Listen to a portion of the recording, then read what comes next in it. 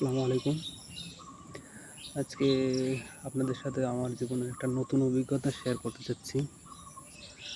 অভিজ্ঞতাটা সাধারণত মানুষ যখন জীবনে প্রথম পায়, তখন তারা তাদের ফেসবুকে অথবা ইনস্টাগ্রামে সাধারণত ইমেজ আপলোড করার মাধ্যমে আর টেক্সটের মাধ্যমে তারা শেয়ার করে থাকে।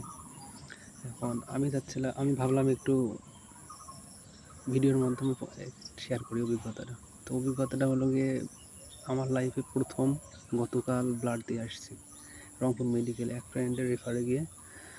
তো রোগী হচ্ছে একজন প্রেগনেন্ট মহিলা, এখন বর্তমানে সুস্থ আছে, কালকে ফোন দিয়ে শুনছিলাম আর কি। তো আমিও সুস্থ আছি আলহামদুলিল্লাহ, কিন্তু গতকাল ব্লাড দিয়ে আসার সময় হালকা একটু অসুস্থতা অনুভব করছিলাম, মানে মাথা ঘোরাঘুরি শুরু করছিল। ব্লাড দেওয়া নিয়ে আমার কিছু মজার কাহিনী হতেছে যে আমি সর্বপ্রথম ব্লাড টেস্ট করি 2022 সালে। তার আগে ব্লাড দেওয়া হয়নি, টেস্টও করা হয়নি। তখন যে ব্লাড গ্রুপটা পাই ওটা নিয়ে আমার সন্দেহ হয়। এরপরে আবার 2025 সালে ব্লাড টেস্ট করি, মাঝখানে রক্ত দেওয়া হয়নি, মানে কাউকে দিইনি। 2025 সালে আবার ব্লাড টেস্ট করি, সেম ব্লাড গ্রুপ পাই, তারপরে আবার সন্দেহ হয়।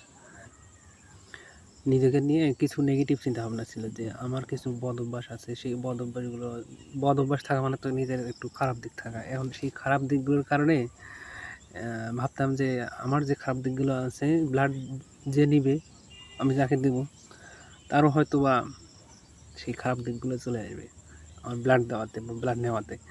তো এই ধরনের উদ্ভট চিন্তাভাবনাগুলো ছিল আর কি। আর ব্লাড দেওয়া নিয়ে আমার কিছু উদ্ভট আর কি চিন্তাভাবনা ছিল যে ব্লাড দিতে কতক্ষণ লাগে, হয়তো অনেকক্ষণ লাগে। ব্লাড দেওয়ার সময় হয়তো বা ইঞ্জেকশন দিয়ে অজ্ঞান করে নেবে আগে, তারপরে শরীর থেকে ব্লাড বের করে নেবে।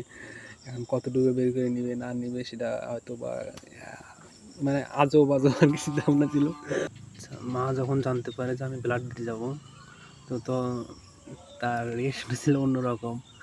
ভয়ে মনে করেন যে বলতেছিল যে তো যাকে ব্লাড দিবি তাকে চিনিস, কোথায় বাসা, তারপরে হতেছে এখন ওখানে যা যদি তোর বেশি করে রক্ত বের করে নেয়, বলতেছে কত ব্যাগ রক্ত বের করে নেবে।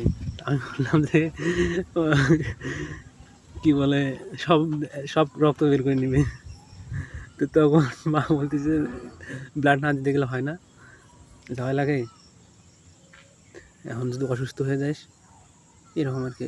রিয়াকশনটা ছিল দেখার মতো আর কি, যে আপনি যদি দেখতেন তাহলে বুঝতেন আর কি আমি এখন কীভাবে বোঝাই। তবে ভয় ভয় পায় এইরকম আর কি রিয়াকশনটা দিয়েছিল। যাই হোক, এই ছিলই আমার অভিজ্ঞতা ব্লাড দেওয়া নিয়ে। তো সকলের সুস্থতা কামনা করছি, সবাই সুস্থ থাকবেন, ভালো থাকবেন। আল্লাহ হাফেজ।